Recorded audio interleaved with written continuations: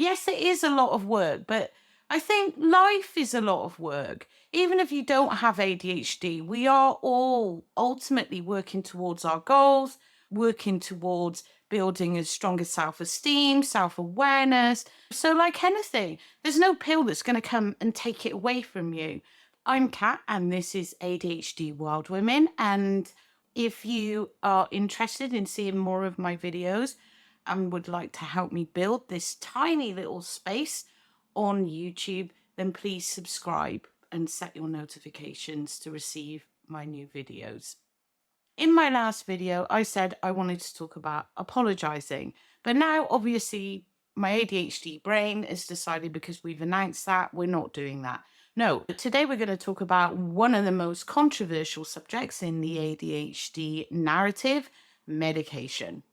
I want to start this off with a caveat. I do have a degree in social sciences. I do have a diagnosis of ADHD, but I'm not a medical professional. I'm not here to convince you one way or another whether you should medicate or not. That should be a very personal decision that you come to from discussions with your medical practitioners, your doctor, your psychiatrist, your therapist. I am not actually anti-medication. I think we hear a lot about medication and ADHD, and obviously in the last couple of years, we've seen increasing scandal. We've seen these claims that people are getting fake diagnosis, that people are being over medicated.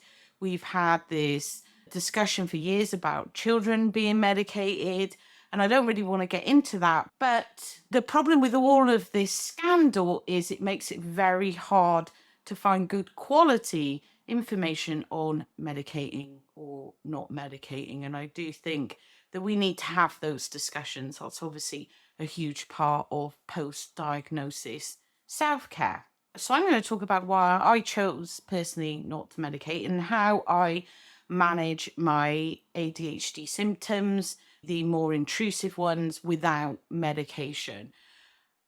If I had been diagnosed earlier on, like say 5 years ago, I might have come to a completely different decision. I was working in a part-time office job.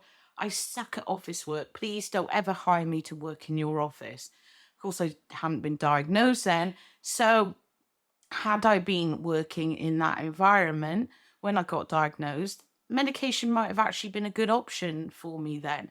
But I was already full-time freelancing by the time I got diagnosed. So it's a slightly different, I guess I'm lucky in a way that my work actually works with my ADHD sometimes. Not always. There are challenges, which I want to discuss today, but I can really control my work environment, especially my immediate environment, to suit me. Had I been in my 20s, running around after all my kids, constantly late, constantly overwhelmed, trying to put myself through university with all the jobs and the kids, a lot physically healthier and younger, yeah, okay, I might have made the decision then. So I think this idea of whether we medicate or not is an ongoing thing, because our ADHD can present different challenges at different times. It evolves over time. It's not some static thing, and it changes in our various life cycles, making certain things more difficult, certain things easier. And also our life circumstances can really impact on our ADHD. The more room we have in our lives to accommodate our ADHD, the less in the way of challenges we're going to see. Like I said, I'm not anti-medication. I've not closed the door on it either. There might come a time when I decide, actually, no, I do want to go back down that route. And maybe in 5 years' time, it might be right for me. So it's not a finite decision. It's not either or. I think that decision needs to be made and then constantly reassessed over time. It's having a flexible attitude towards it. So I think point one is acknowledging that medication is not a magic pill. And I think when I came to diagnosis, I thought, that's it, you get your prescription, everything's fixed. And that's not the truth. There's no medication that can mitigate all aspects of ADHD. The way that medication is largely effective is as just one therapeutic tool. You're not going to come into it and suddenly be fixed. You need to have other strategies, other support in place. And that's why it's a decision to be made as part of a package, really, for managing and supporting you with your ADHD. Because of my particular circumstances, I guess the cons outweighed the benefits because I can largely manage other parts of ADHD by having control over my immediate environment. I don't have to work in a noisy open office, do a 9 to 5 right now. Being in my 40s, overweight, slightly high blood pressure, family risk of heart disease and stroke. And then on top of that, one of my comorbids being a generalized anxiety. And in my 20s, stimulants helped me immensely. I was one of those espresso at midnight and then go to bed people. It had the absolute opposite effect on me. But nowadays, can't have more than 2 cups of mild coffee in the morning because they set my nerves off. So it really wasn't a good route for me to go at this present time. That's not to say there's not challenges in taking that route. There's challenges with everything. I think there's no one complete fix. It's something that we constantly have to work on and reassess. But that doesn't mean that you can't live a life unmedicated and you can't live a fairly balanced and well managed life as well. It's like everything, it takes planning, it takes evaluation, it's an ongoing thing. For me, my two biggest challenges really are burnout and overwhelm, especially being a freelancer. I can't always control the amount of work that I'm given. What does help me with overwhelm is recognizing that it is actually overwhelm. I think one of the reasons why we often get misdiagnosed is overwhelm can look a lot like depression. This mental paralysis, what looks like lack of motivation. But for me, the way I can tell the difference, because I do also have periods of depression, is that when I'm overwhelmed, I'm paralyzed. It looks like I've got no motivation to do anything. I find it very hard to engage, but I still deep down want to do stuff. I have plans for the future. Whereas when I'm depressed, I just don't want to deal with anything. I can't even see into next week. And so it is being aware of this. What does overwhelm look like to you? And then when I'm overwhelmed, and I will do a separate video on this, there are tools that I use to work my way out of it. It's an ongoing process, something that I'm refining and learning about every week. Then adding into overwhelm is perpetual burnout cycle. And again, this comes down largely to being freelance, having an erratic income. It's not perfect. I don't think any situation is perfect.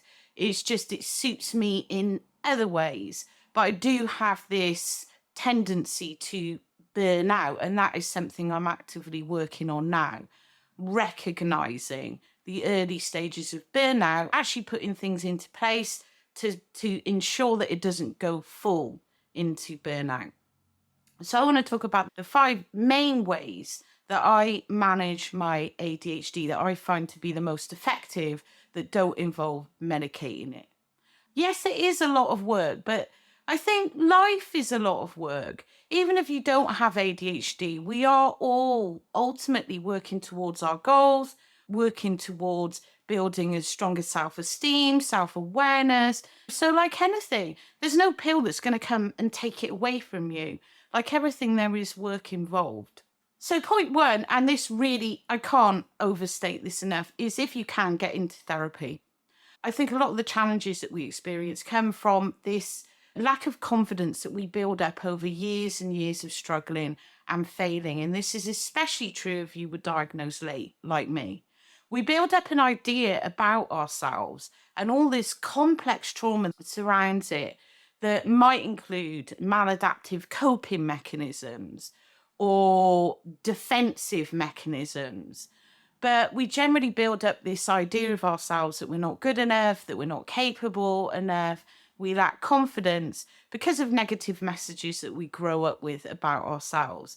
And we develop this negative self-talk. And the only thing that helped me break that was going into therapy and literally going through all of this for 5 years. And again, it's a lot of work, but it's so worth it. And deconstructing it and getting some perspective, because it is so important that we get that outside perspective to challenge the negative self-talk and the lack of confidence that we build up within ourselves. And that's something you can do with a good therapist. Now, I realise a lot of people hear the word therapy and they think, oh my God, it's so expensive, especially if you live in the UK where it's almost non-existent to get it on the NHS. But we do live in a technological age and there are other options available now. I think if you can't afford one-on-one, you have groups, self-help groups online. In fact, one of the things that immensely helped me in my earlier stages was actually nothing to do with ADHD. It was a self-help 12-step group for eating disorders. And I will do something on that later on. But the therapeutic methods that I was introduced to in that group that was entirely free and just the sharing of experiences within that group really helped me to get to grips with this idea that I had about me, about what I thought about cats. So that was even outside of therapy. The Zoom meetings, I mean, there are affordable options out there. And if you really can't afford all that, there's self-help groups on the internet. There are so many of them. Reddit, Facebook, WhatsApp groups. You just have to do a bit of research and shop around. But it is really getting that sense of outside perspective, getting your head out of your backside, getting yourself out of that self-talk and actually getting some perspective from another side. The more professional that perspective is, the better, I think. But there are so many other quality types of support that you can find within the internet age, and you just need to go out and find them and embrace them. And I think the first point in that is admitting that I have this issue. I might have skewed views about myself. Just because you feel something or you think something doesn't mean it's true, and that might not be how other people see you. So step 2, which really is a continuance of step 1, work on building your self-esteem. Because self-esteem is everything. I think we consistently sell ourselves short.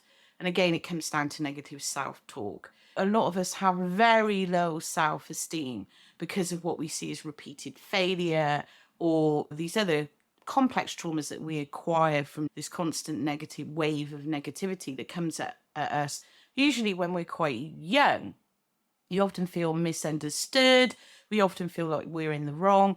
And so working on a strong sense of self-esteem is really key to, it's not even about managing ADHD symptoms, because within therapy and building your self-esteem, you start to realize that a lot of the things that you think are problems aren't actually problems. So again, it's largely about perspective. But when you build your self-esteem, and I talk from experience, 5 years ago, I couldn't have come and done this.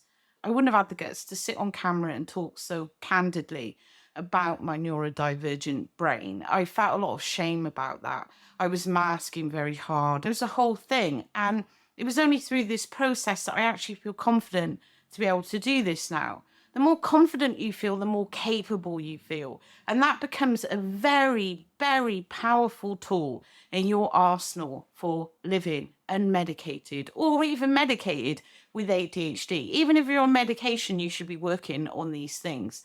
The pill is not going to give you self-esteem. That comes from all this other therapeutic work that you do. More confident, then it's going to take away a lot of the paralysis, the shame. It's going to help us cope better with life. So it really, 1 and 2, they go hand in hand together. Number 3, be realistic and delegate and get support. And this really was the first step to you surrendering for me and accepting, was actually admitting I can't do everything. I think a lot of us, especially women, when we haven't been diagnosed or even after we get diagnosed, we tend to overcompensate. We tend to overproduce and overdo everything. And we tend to take everything in on ourselves and see getting support as a weakness and asking for help as a weakness, and it really isn't. If you are struggling with something, if you have challenges, there's absolutely no shame in asking for help and delegating. So what I do now is I have a coach. And again, that sounds really expensive, but believe me, I am on a low income. I'm not rich. I'm not even affluent. But if you shop around, there are affordable options and groups and all this stuff that you can do online. But every 2 weeks, I go and see an ADHD coach who knows exactly what the challenges are. And she does the executive functioning bit for me. We sit down, we do my schedule, my diary. She tells me if I'm taking on too much. She challenges me. And I just figured, look, my brain isn't very good at this. So delegate it to someone who can do that. It doesn't matter that my brain can't do it. We have resources. The other thing is nowadays we have so many apps at our disposal that we can delegate certain functions to an app. Why not? Give it to an app, give it to AI, get them to sort it out. Right now, I've just got an Apple Watch, which before I put it off so long and it's such an expensive luxury and blah, blah, blah. But with this thing, I don't even need a working memory because I can literally tell it, remind me to get milk when I walk into Tesco. Remind me when I leave the house to check I've got my car keys. I don't even need my working memory now. I've got this. It's with me all the time. I can just tell it to remind me. So there are things that we can do, but the step in accessing that help is actually admitting that we need that help, and that's absolutely fine. See it as not so much a weakness, but getting resources to help you be the best you. That is the best way to frame it. It's not a weakness. You're not letting anybody down because you're no good at paperwork or you can't remember to get milk. These are not even things, really. Frustrating when you keep messing them up, but there are ways to delegate that. So point 4, I would say, one of the things that made the biggest change for me was get educated on ADHD, what it is, what it isn't. Because as soon as you realize exactly what you're dealing with, it becomes a lot easier to not only accept, so you take a lot of pressure off yourself, but also manage and handle. I know now why my brain works the way it does, why I have certain issues with sleep, why I have certain issues with impulsivity. And knowing is everything. Knowledge is power. And I think we live in an age now where we're absolutely spoiled for resources, and a lot of them are free. The 2 books that really helped me when I was first diagnosed were Ned Hallowell's Driven to Distraction, because that showed me all the different ways that ADHD manifested. And I never read about it in that way. And also Peter Shankman's Faster Than Normal, whereas he has things in there that I don't entirely relate to. He's a successful businessman, he has a PA, and it's like living the dream. I love someone to come in and just tell me what to wear and what time to leave the house. I just have to use Alexa and Siri now. But there were certain things in there that really changed my perception. And one of them was this idea of ADHD as a superpower. It did make me see the benefits. And I think we talk a lot about the problems because obviously we're looking for solutions, we're looking for ways to move forward, but it's also good to really embrace the positives as well. And that helped me do that. Then you've got How to ADHD, which is a long running channel. Channel was just getting set up really when I got my diagnosis. It was just such a great resource for me in those early days. So many videos, just very short, informative videos that told me about all the different aspects of ADHD. You've also got Attitude magazine, and they've actually in the last couple of years started publishing some really interesting live talk podcast seminars about perimenopause and ADHD, or being post 50 in ADHD, lots of stuff about women. So it's not just the articles, which are quite good and always very solution focused. You've also got a wealth of information in there. But I know it can be overwhelming. There is so much stuff now. But at the same time, knowledge is power. Learn what you're dealing with, and then it makes it a lot easier to deal with it. And I think the last point, and probably one of the most important ones, is drop the perfection. Accept that you're a work in progress, but aren't we all? We're all a work in progress, ADHD or not. We're all on this path to self-fulfillment and whatever. We're all working towards our goals. But us, women with ADHD, tend to have an ongoing issue with perfectionism. And this is tied into this masking, not wanting to let go, the shame that we feel, feeling like we have to overperform. And it's like you have to let that go. I always tell people now I'm a recovering perfectionist because my perfectionism was insane at one point. And I still have that tendency, but it's a work in progress. And the way I deal with this, and this has just become such an important resource in my life, is I journal every day. Now, if you can't afford a therapist or you can't find anything online or you can't, like, say you just can't, journaling is all you need is a pad. I don't have anything fancy, just a pad. I'm very analog. But the key to effective journaling, if you're looking at building self esteem and self awareness, is to just sit there and spew it all out on the page. I usually write several pages a day, just spew out everything that's in there. Because when it's in there, it's just bubbling around. It's bubbling around the chimp chatter. And I might not recognize the negative self talk and the things that aren't really that important, but they're causing background stress and they're draining my RAM until I've actually got them out on the paper. And this has been one of the few habits that I've actually developed and I've been consistent at. I think because it is so beneficial to me, it's hard for us to build habits, but to journal every day, that's become my resource. I'm a writer and obviously a perfectionist. So in my professional work, I'm very picky about my words and I write very slowly and I am a very critical editor of myself. So the one thing I allow myself with journaling is I don't even use full stops half the time. I scroll it in, but I just get anything down. Even if I have to sit down and just write, I am sat here writing in my journal, I'm writing in my journal. Eventually something will come out. It will start to come out.